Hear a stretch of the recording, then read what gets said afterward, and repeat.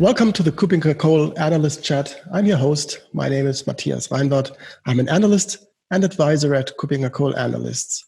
My guest today is Alexei Balaganski. He is lead analyst for cybersecurity at KuppingerCole Analysts. And today we will be talking about an interesting topic which makes lots of noise currently. We will be talking about quantum computing. Hi, Alexei. Hello, Matthias. Thanks for having me again. Great to have you. And you've mentioned that to me before we started, that we need to mention that we both are not really quantum theory experts, but nevertheless, we want to cover that topic in a bit more detail. And the main topic today is quantum computing an imminent security threat? To start out with the first basis, what is quantum theory in general, Alexei? Well, as you mentioned, it's a really mighty topic on itself, quantum computing and cybersecurity. But you're absolutely right. Before we go into deep details, we have to address the real basics. So just to remind to our listeners that quantum theory basically describes the way our universe works on a subatomic level. We really don't have to go deep into details of the physics and mathematics involved, but basically, maybe some people even remember something from the school or physics courses about light, which behaves sometimes at the same time, both as a particle and a wave. And that's actually one of the basic foundations of quantum theory. We don't have to know how it all works in details, but probably one of the most popular examples of explaining how quantum theory works is Schrödinger's cat experiment, where you put basically a cat into a box and you cannot see the cat and you cannot predict whether the cat is alive or dead at the moment. So the quantum theory would suggest that it's actually both alive and dead at the same time. And the physicists call it quantum superposition. They say that a quantum thing, a qubit, can exist not just in a single state like binary 1 or binary 0. It can exist at both of those states simultaneously with a certain probability. And another aspect we have to remind about is that a quantum state cannot be safely observed externally. Every time you try to basically touch a qubit to understand what current state of it is, this quantum superposition disappears and the quantum state will be fixed to one of those probable states. And this is, in a nutshell, the biggest difference from the quote-unquote traditional computing. Those traditional computers we all know and use daily, they work on binary logic. So every tiny electronic gate on a computer chip is either 0 or 1. Whereas a qubit, that the smallest entity in a quantum computer, can simultaneously exist in multiple of those states. And when done properly, and when using a specially designed algorithm, those quantum computers can achieve amazing breakthroughs in computing performance. And we're not talking about being faster than a traditional computer. That's a given. We're talking about solving a problem which a traditional computer would require billions of years to calculate in hours or minutes. So when we are talking about the so-called quantum supremacy, it's not really about who will build the biggest quantum computer first. It's about designing such innovative algorithms which can solve problems not just faster, but can solve problems which were unsolvable before. Okay, if I understand it correctly, the technology allows to formulate these algorithms in a way that they are way superior to existing traditional algorithms in traditional computing, which is really just 0/1 based in the logic. So it is capable, as you said, of being much faster, much more efficient, much more performant than existing technologies. When we're talking about this concept in the security context, what are the greatest risks for traditional security when we look at quantum computing in relation to traditional security? Well, first of all, let me remind you again that a quantum computer is not just faster than your traditional one. it works on a completely different physical and logical principle, if you will. So you cannot just say, okay, I have this computer program, I want to port it from my laptop to a quantum computer running somewhere in the world, and it will run, let's say, a million times faster. It's not as easy. Right. You actually have to create a completely new and extremely mind-bogglingly complicated computational method to run directly on a quantum computer. And by the way, those quantum computers already exist. They are still highly experimental. They have very few working elements, those qubits. And those qubits are usually extremely complicated and sensible. They might be based on laser devices or superconducting elements. So they are extremely expensive and they break like every second. So at the moment, a quantum computer is, in a way, it exists in both states. It's already here, but it doesn't work that well yet. But again, if you are able to create an algorithm for a quantum computer, let's say to break an encryption method, you can do it in hours or minutes for the encryption method, which traditionally would probably take billions of years to crack. So obviously, encryption, the asymmetric encryption, is like it's the foundation, it's a key stone of modern information technology. It's used everywhere in cloud computing, in secure communications, in digital signatures for legal documents, anywhere. And all those asymmetric encryption methods rely on a very basic mathematical problem, which is called prime factorization. Trying to explain it really, really simply, you have two keys. One is your private key, which you use to encrypt your data. And the other key is your public key, which you give out to your friends or partners, and they can decrypt your encrypted data with that key. Each of those keys is basically a huge prime number. And to be able to decrypt your data, you have to multiply those two prime numbers, and the resulting half prime number, if you will, semi-prime, will be your key. And to break this encryption, you basically have to do the reverse. You have to take a huge, very, very long number and find its prime components. This is called prime factorization. On a traditional computer, a really long prime number will take millions of years to break. On a quantum computer, it will take probably hours. And this is that quote-unquote security threat people are talking about. So traditional security is relying on the fact that our computers or our traditional computers are not in the situation that they can, in a reasonable time, do this prime factorization. And that is the basis for our security. And now that we have quantum computing, which is capable of achieving that, as you said, in minutes or hours, that actually breaks the basics of our encryption mechanisms, right? Exactly. So is it a threat? Well, I guess it depends on what you are encrypting. But is it a risk? Yes, absolutely. And like every other risk, you have to always think about its two components. It's probability and its impact. Like if I am talking to you right now over Zoom, then our chat is encrypted. But if somebody breaks the encryption and steals our podcast recording before it's published, it's a risk. It's even quite probable, I would say. You don't even need a quantum computer for that. But what would be the impact?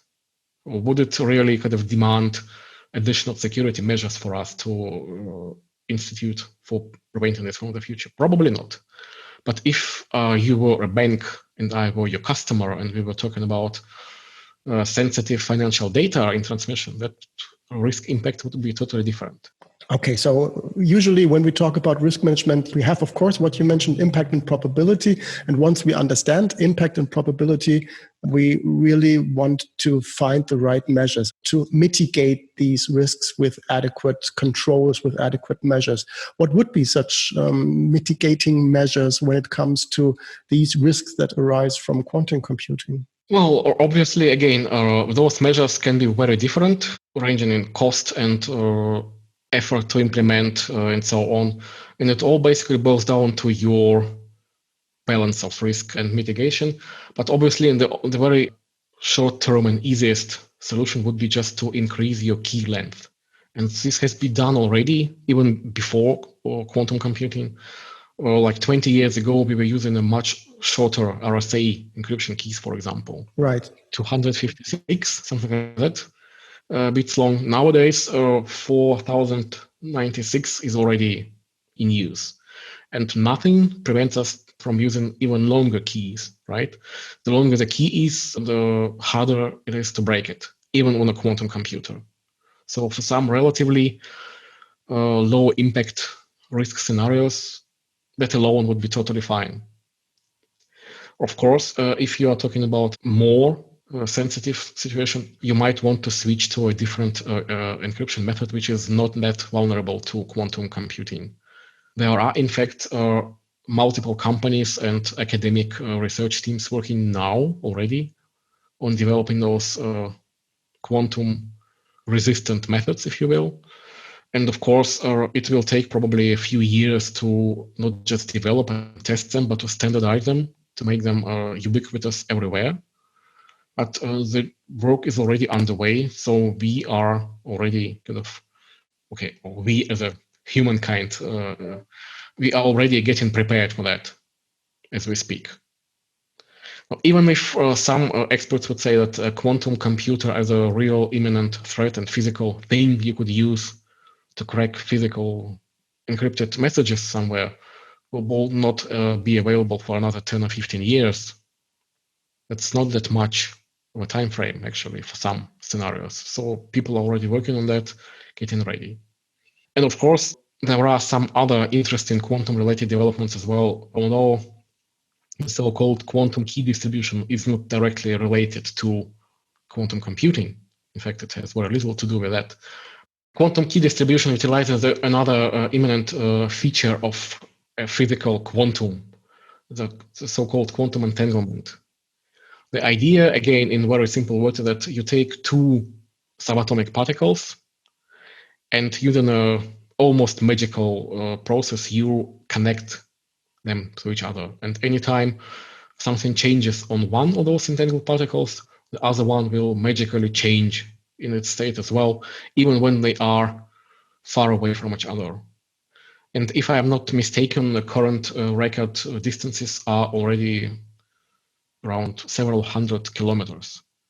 So in fact, nowadays, you can already buy a product based on this quantum entanglement method, which would guarantee that this entanglement between those two particles would function as a channel which is physically impossible to wiretap. Only you and your partner on the other end will be able to exchange information over this channel, and any third party attempting to basically eavesdrop on your channel would immediately destroy that connection. So it will be immediately detected. And this is the foundation, this is the basis for quantum key distribution, which are the technologies for exchanging security keys with guaranteed absence of a middleman, which could steal your keys. So in fact, quantum theory actually helps to improve your encryption security, not just to break it. Okay, if I understand it correctly, and if we look at risk assessment, as you've mentioned it, we have to judge the impact, but the probability of a machine or a quantum computer being around, or a quantum algorithm being around, that is capable of really breaking traditional encryption, this probability is, as of now, still very low. Actually, it is zero because it has not been yet implemented. Nevertheless, we know what this will look like. So we are really in the situation to prepare for this situation while it is still not the case. So actually, this is from a risk management perspective, this is almost perfect because we can really prepare for the time when this will be the case. But as you've mentioned, there are services already around. On the other hand, these real quantum computers are more or less very, very experimental, very, very unstable, as you've described it. But what is already available on the market? If I want to look at quantum computing per today, what can I actually just buy with money on the market? So first of all, quantum computers do exist already. Take my word on it, I've seen one. I've touched one myself, Okay. if you will. So yeah, those are not just available. There are multiple vendors which are trying multiple different technologies to power the qubits and then to build a proper quantum computer from those elements. The biggest challenge of this existing quantum computer is that they are extremely bulky, expensive, and extremely unreliable. So they break many times per second. On the other hand, they are working to an extent, and there are some algorithms already available which address these permanent interruptions in quantum computation. They can still work on such a half-broken quantum computer with successful results. Again, so I am not really an expert, so I would not give you an exact numbers or estimates whether you can already break a certain key length or a certain encryption method. Hopefully not, but maybe you will be able to do that next year. Who knows? But the fact is that those quantum computers are already working, and they are even already available to anyone with a credit card, because all major cloud service providers, Amazon, Google, IBM, Microsoft, they all offer their own managed quantum computers for you to run your applications on. Okay, so if this is the case, if these platforms are readily available for those who are willing to spend the money, if it's only a matter of time that we can expect that mechanisms that can break traditional encryption algorithms, which are based on this prime factorization, what does that mean when we want to prepare, as I said before? So the situation is clear. We know what is going to happen, or maybe it's just right now happening. Is there something available in cryptography when we just look at that single aspect of security? Is there anything available that is not subject to this vulnerability of encryption, so that we can brute force these traditional encryption mechanisms? Is there some other mechanism that is resilient towards this? So first of all, I have to reiterate once again that nothing changes fundamentally with quantum computing. To brute force and break an encryption method was already possible earlier with traditional computers. You just needed lots of computers and lots of time. But again, with the power of the cloud, if you have enough money, you can rent tens or maybe even hundreds of thousands of computing units and break a reasonably large encryption key in a reasonable amount of time. There are known cases of this done for academic research or even for some law enforcement reasons. I think there was a report recently that, was it Australian police or some other police department successfully breaking an iPhone encryption. It took them like 3 years. But then again, for some use cases, that's not too long. But of course, for others, that's way too long. And it all, again, boils down to your risk management. Some encrypted messages are only sensible and useful within minutes or even seconds. The others can still be useful after breaking them in 10 years. Again, it all boils down to your own risk assessment.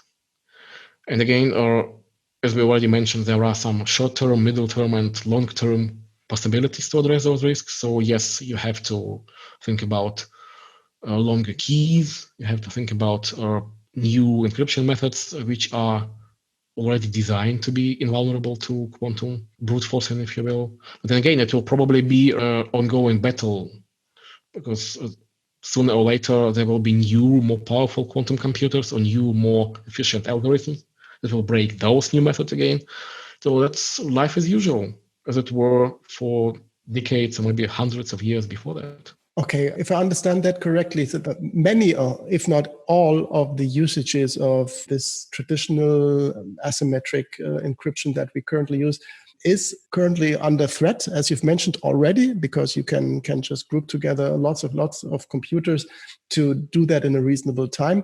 And with the upcoming new algorithms or modified algorithms ready for quantum computing, this will be something that can even take place in a very short amount of time. That should mean that we should reconsider each and every incarnation of this traditional encryption within our internet infrastructure. And are there any initiatives underway to slightly and continuously move towards more supreme, more resilient encryption mechanisms? Because this is everywhere.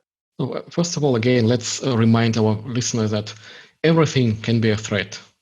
An asteroid might hit Earth next year, and we will all die with all of our clouds and computers. The only problem is that, or rather the greatest luck with it, that it's extremely improbable, right? To an extent, this applies to quantum computing as a threat as well. So for the next few years, it's, I would say, still rather improbable. It will grow in time, but then again, with time, we have more opportunities, more leg room to upgrade our infrastructures and to address all those challenges. Yes, you mentioned there are initiatives. There are, again, multiple standards bodies and multiple academic research groups working on those new quantum resilient encryption methods.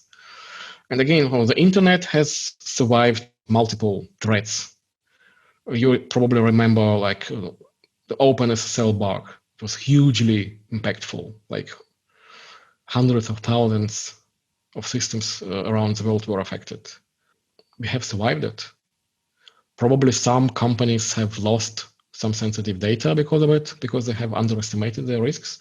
But as the whole, the internet survived, the humankind survived, and hopefully it will be just like that with the quantum threshold, if you will. Right. I take this as the summary and the resume for today's episode of that podcast. We just could touch very, very briefly on that really complex and otherwise also interesting topic. I think we can pick up again in an upcoming episode on that again. I think there's much more to look at. But first of all, we need to watch this technology. We need to watch what's going on there. We need to embrace it.